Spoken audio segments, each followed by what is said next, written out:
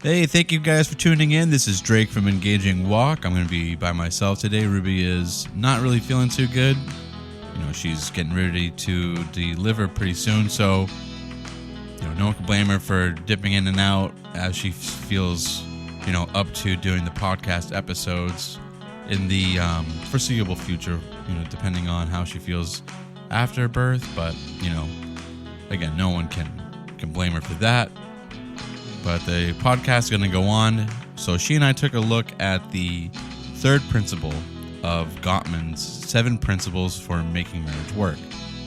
And this one is titled Turn Towards Each Other, Not Away.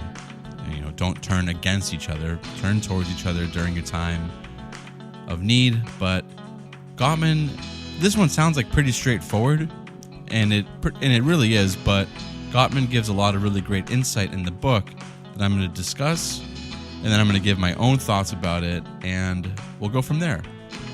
All right, so first, what is Gottman talking about when he's saying turn towards each other and not away in marriage? This, I think, applies in romantic relationships.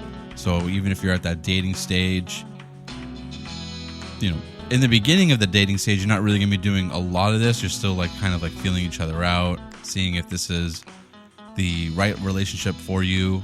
But once you start getting more serious, these are the things that you're going to want to do and need to do, actually, in order to make your relationship successful. In marriage, these things that Gottman's calling towards in turning towards each other is going to pay a lot of huge dividends when, not if, but when things get hairy in the relationship. So if there's crises, if there is conflict, if there is major life events that will ensure that you guys are going to need each other during that time.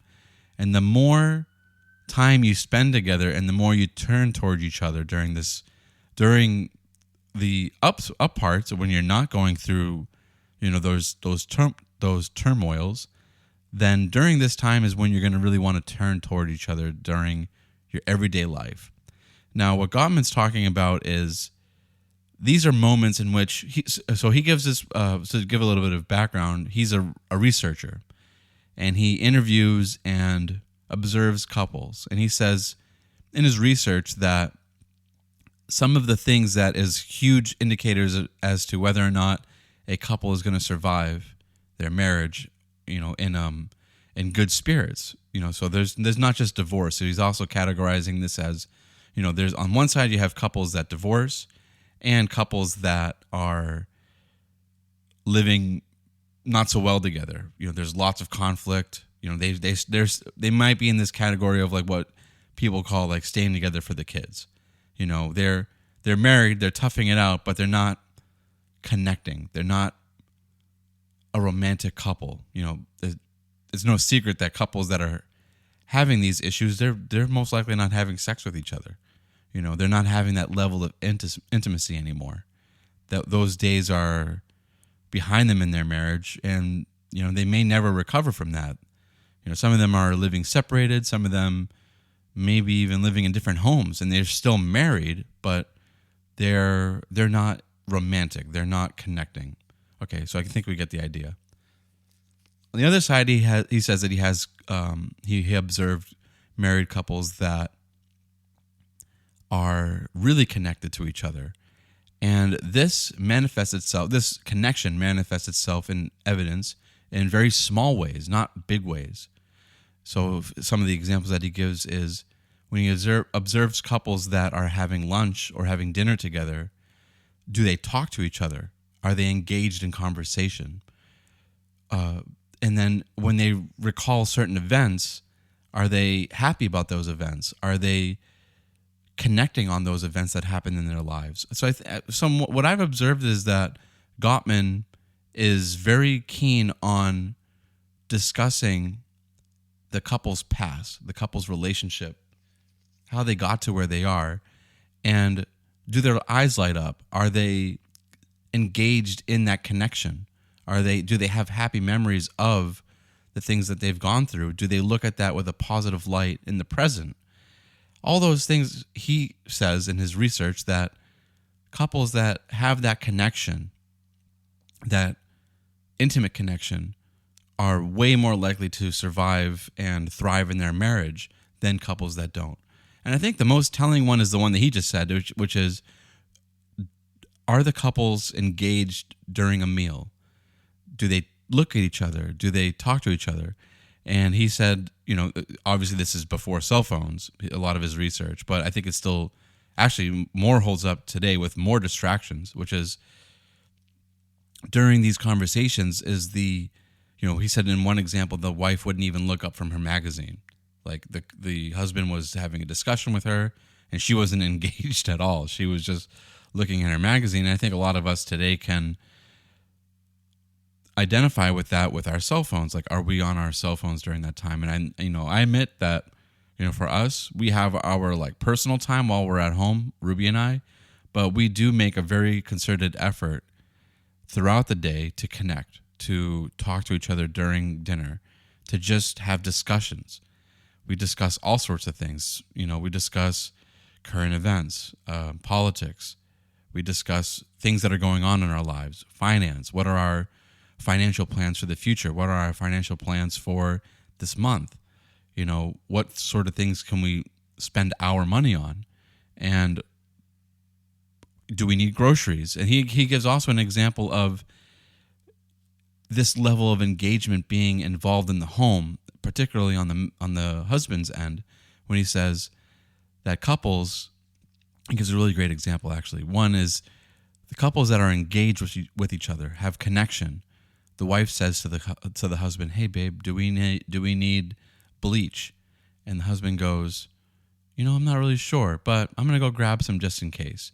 That's engagement. Juxtaposed to the wife says to the husband, "Hey, do we need bleach?" And the husband goes, "I don't know. That's your end. You're the one supposed to take care of those things. I don't know what's going on. Why don't you know? I'm the one that works." I don't think he goes that far, but that is what that is saying is, I don't know. That's your end of the relationship. Why do I need to worry about the bleach? I worry about bringing in the money. Your role is to bring in the bleach or keep inventory of the things that we need and the things that we don't. All of this speaks to a level of connection, not just. There's so many levels of connection actually that this is. So I'm going to go more into like my thoughts about this because he really just kind of just ends it there. He gives a few more examples that I can't really recall because I'm going off of memory. And then afterwards, this is a great book that I highly recommend that you as married couples will go through together because about 50% of the book is questionnaires and exercises that you can do to ensure that, hey, the questionnaire is like a rubric or a baseline of where you are at as a couple. Afterwards, you get more into these exercises that you can do to ensure that, hey, if we are not turning towards each other, or if we are, but there's room for growth, or we're doing great, but let's just run with this. All three are perfectly acceptable. He gives a lot of exercises that you can do to build on this concept and to bring this principle into your relationship. So what I think is there's so many different, what this reveals, I think, is that there are so many different levels of intimacy and connection. And sexual intimacy, sexual connection, that organic chemistry that occurs between the man and the woman when they are deeply in love and when they're functioning well in a relationship, that I think is a byproduct of emotional connection, physical connection, but also a sort of baseline of like friendship connection. And he talks about this quite a bit in some of the rubrics and the questionnaires is, do you consider your spouse a friend? Are they your best friend? And despite your interests, or because not every couple is going to have the perfectly aligned interests, despite your interests, do you find the interests of your spouse engaging or interesting? And do you spend time to look into those? Do you have religious connection? All those things are going to be super important.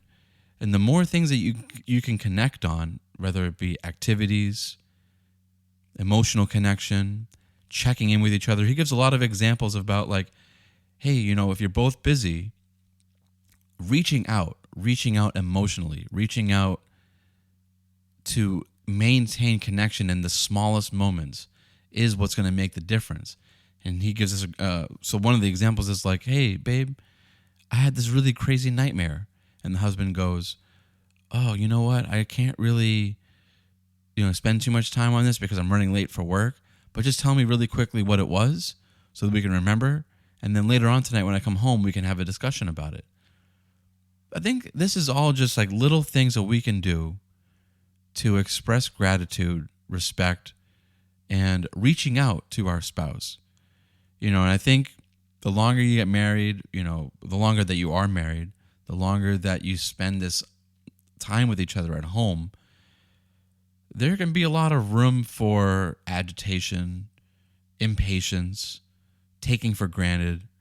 And what Gottman's talking about here essentially, I believe, is we can't do though. We don't have room to do that in marriage. We don't have room to take for granted our spouse. And sometimes this thought comes to my mind that, especially when I'm on my phone and not engaging with my wife, which is it's not reasonable to be engaging the entire day when you're home. Obviously there's like decompression time and time in which you're going to want to work on things that, are on your personal end. But will I look back on the time that we've spent together with fondness? Of course. Will I look back and think, if she weren't here, if she were, on vacation or, in traveling or, years and years and years from now, if she were to pass away before me, would I think about, hey, I wish I spent more time with my wife? Of course, I think that's what we all think, or if we ever go into those moments where we take, our loved ones for granted, especially our spouse, that we would always wish that we spent more time together and not less. And that shows what's really important in our relationships is the relationship that we have with those loved ones, with our wife, our husband, our, father, mother, brother, sister, cousins. So that I think is what Gottman is driving at here is take those moments to be kind, take those moments to connect, and maintain that focus of connection, and rather than disconnect. Because and again we're going to go back here, which is there's always going to be time to recharge the self and to make sure that your cup is filled. This is our engaging walk thing, which is, the two cups in a bowl. Like we as individuals bring that cup to the bowl of marriage, but in order to bring something, like we have to have our end full, right? I support my wife by supporting myself. I support the health of our marriage by making sure that I'm healthy, right? Now, all these things considered, what he's talking about here is making that effort, making that time to connect rather than disconnect, to reach out and really understand what our partner is saying when they say things like, hey, do we need new bleach, or do we need extra bleach? Do we need what sorts of things do we need in the house? All those little examples, Gottman says, compile and pay dividends so that when you go through these tumultuous periods of your relationship, whether they be sources of conflict, major life events, having children, deaths in the family, family troubles, familial problems, like let's say they be with in-laws or whatnot, that you're taking that time day in and day out to connect so that when those things do happen, you have a safety net to fall back on. you have that emotional connection that says, hey, this person is a person that I can trust. I have been able to trust for years with all the little things. So, of course, I can trust them with the big things like this. And we will make it through together, just like how we've always connected. And then you also have that mutual understanding of the language that allows for connection, because that's a daily practice. That is just putting in the work. And also Gottman gives this into juxtaposition to Hollywood, which is Hollywood makes it seem like, to be romantic is, this is straight from Gottman. He gives a really great example of this and a really great discussion about this in this chapter, which I think is, I'd be remiss if I don't describe it here, which is that Hollywood gives this idea of like, romantic candlelight dinners and, flower petal, covered like romantic evenings.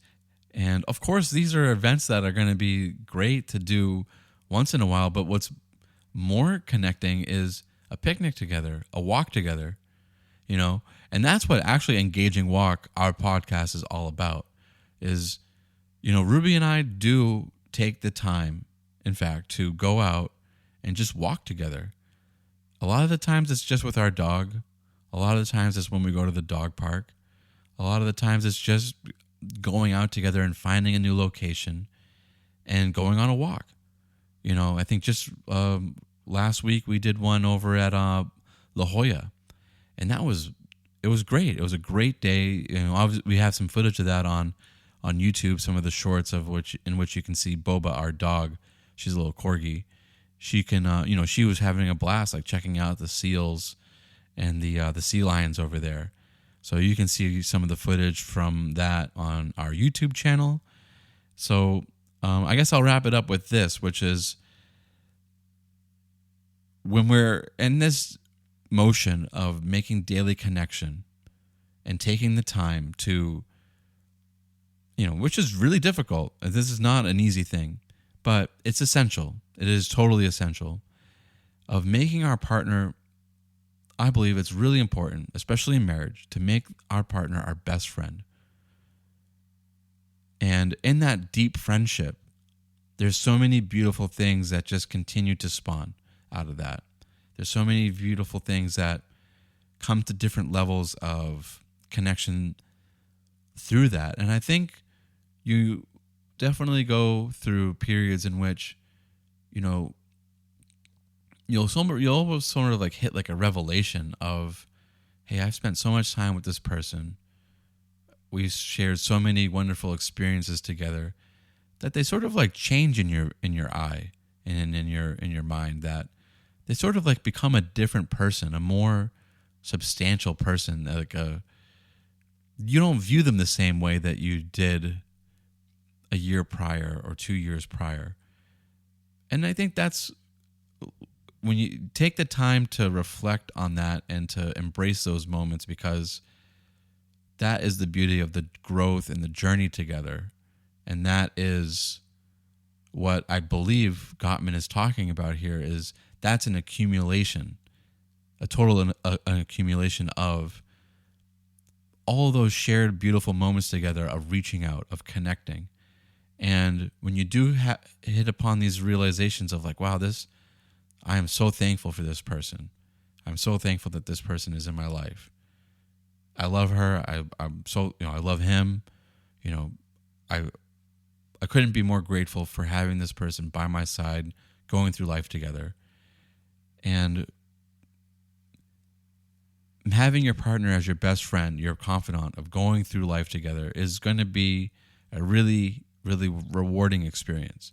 It has been for me thus far. I know Ruby's expressed like the same feeling, when we talk about it. And I think, for many of you out there, that is what marriage is all about, is that total connection that you have with this person. And we shouldn't take it for granted. And I think, if we make a daily decision to, I'm not going to take this for granted, I'm going to, hold on to this and cherish it, that is exactly what Gottman's talking about. I believe this, he didn't really say this, but that's from my point of view of the examples that he gives, is coming from a place of gratitude and an appreciation for the person being in your life the way that they are. And if there's that mutual appreciation, mutual gratitude that is expressed, and not just verbally, but through action and through intentional, as my wife loves to say, intentional planning and intentional reaching out, then those, just like Gottman says, like those actions and those accumulated moments are going to really pay dividends in the secure emotional connection that you have in your relationship. So with that, I'm going to be signing off for this week's Friday special. And we, of course, are going to be continuing the Gottman 7 Principles next week and going into the week prior, the following week. So we look forward to that. We want to thank you guys so much for tuning into Engaging Walk. If you can, give us a rating on Apple Podcasts or Spotify, wherever you find this podcast. We're also available on YouTube. We got some videos. We don't have any new videos. We don't have any new videos coming up, but we do have some in the past that are, that were recently uploaded that I think are really great. We got one at the Coronado Dog Park, or the Dog Beach rather, that I go to with Boba. We go there pretty often, and it's a great way to, get that energy out, enjoy the sunshine, enjoy the beach, take in the beautiful scenery in beautiful Southern California. And then also, we have a video that was posted not that long ago, I want to say last month, or maybe the month prior, and it was about online dating. So plenty of material, and we've got more coming up for you guys. Thank you guys so much for tuning in. This is Engaging Walk Podcast. You can always find more at www.engagingwalk.com. This is Drake, and I'm signing out. See you guys on Monday.